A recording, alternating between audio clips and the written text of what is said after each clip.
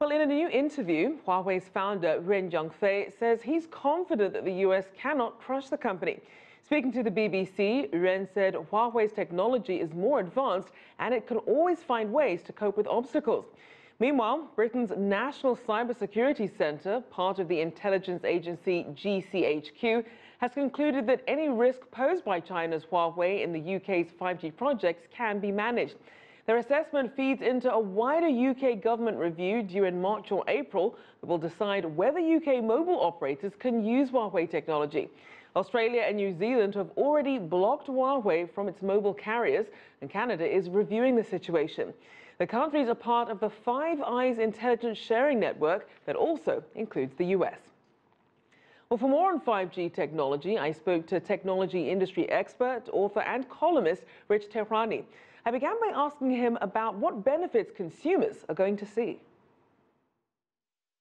We're going to see a lot faster connectivity, and that may not seem like a big deal until you realize virtual reality is becoming more mainstream, or will over time, and subsequently 5G will help with that.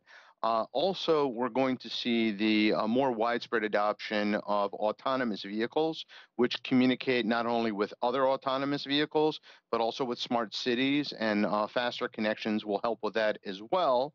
And then there's IoT devices, or the Internet of Things. These are the sensors and cameras and devices like that that we all have in our homes and beyond.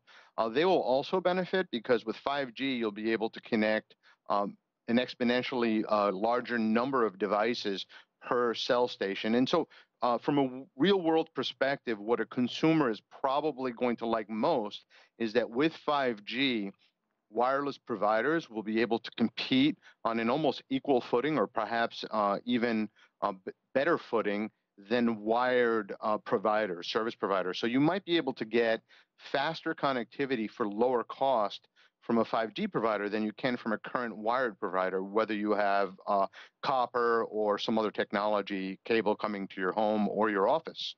And so for the gadgets that we already have in hand at the moment, how prepared are they for this 5G upgrade, or will we need new devices? We will need new devices, but there will be a stopgap measure, which will be the MiFis, or jetpacks as they're known, the small handheld devices about the size of a pack of cards. You'll be able to get a 5G MiFi device, turn it on, and then using Wi-Fi connect to that to get faster connectivity. So that's typically what happens when you have a new tech, like with 4G. That was one of the first things that became widespread. And then over time, our phones were upgraded, and our tablets and our laptops, et cetera. And what about companies? How do you see this transforming the way that we do business?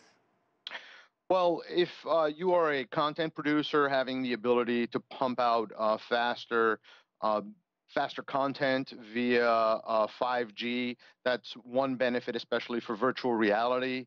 That's going to be really huge. I think we're underestimating how big of a deal virtual reality will be. Virtual reality gaming and entertainment, that'll be really, really a big deal. And then in terms of other things that businesses will take advantage of, we'll have lower cost broadband, we'll have more competition, which will be great. And then all the benefits that we have or we had going from 3G to 4G, we'll get going to 5G. We're going to be able to do things more efficiently, more productively. And then, of course, the Internet of Things that I mentioned earlier, if you have a factory or you have a lot of sensors within your office, you're going to want all those devices to be able to connect to the Internet easily and inexpensively. And 5G is really designed to help these businesses get all those sensors and devices on the network quickly and inexpensively. Now, clearly 5G is going to unlock a lot of opportunities, but what about the ecosystem to support them? Is that keeping pace with the progress that we're seeing in 5G? Well, it's all going to come hand in hand. And of course, the hardware manufacturers are continuing to upgrade, and they're getting ready for 5G. And without them, of course, we're going to be stuck and not be able to take advantage of it. And they all want to sell new devices. And especially when you think about how many millions or billions of Internet of Things devices are going to be out there, they are working really hard to ensure that their technology gets into all these devices. So the ecosystem, they're hard at work right now, and we're going to see a lot of options in the next few years. And as this competition, this race for 5G heats up, we're seeing a lot more politics come into play. We're obviously seeing the US-led shunning of Huawei's 5G technologies.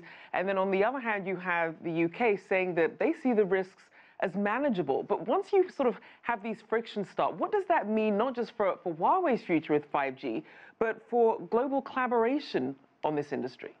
It's complex. It's difficult. There are good arguments to be made on the U.S. side of things where they're concerned about a potential foreign competitor that could be maybe bugging the technology. And from the UK standpoint, they make a logical point as well, from the standpoint that they should be able to manage what the communications are and be able to see if there's anything illicit happening over the wires. But to be honest, it's a challenge, and it's going to delay the deployment of the technology because those people that have access to Huawei tech, I mean, they've got some really solid tech. And to say that the Western world is not able to access that technology, it's not good for the West because now they don't have access to that technology and there's less competition in the market. So whenever you have a big player or a region or a country shut out from global competition, it's not good for anyone. Of course, I'm not saying that I'm pro-surveillance or if that's taking place, but you do want to have as many players as possible because with a robust ecosystem, we have more choice, we have more opportunity, and we have lower cost and greater potential. So it's not good unless we get to a point where the market opens up.